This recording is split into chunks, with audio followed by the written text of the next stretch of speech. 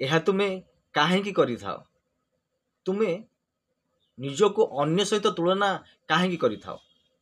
ତୁମେ ହେଉଛ ତୁମେ, ଅନ୍ୟମାନେ ହେଉଛନ୍ତି ସେମାନେ।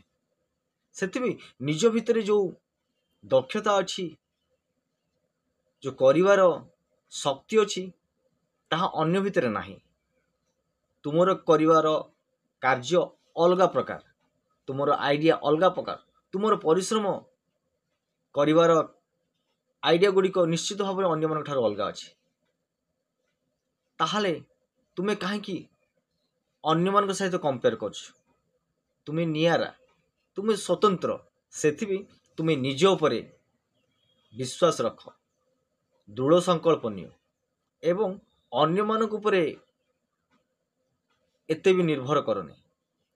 କିଛି ନିଜ କରିବାକୁ ଚେଷ୍ଟା କର, ଦେଖିବେ ସବୁ ଠିକ୍ ହେଇଯିବ। ନିରାଶ ହୁଅନି।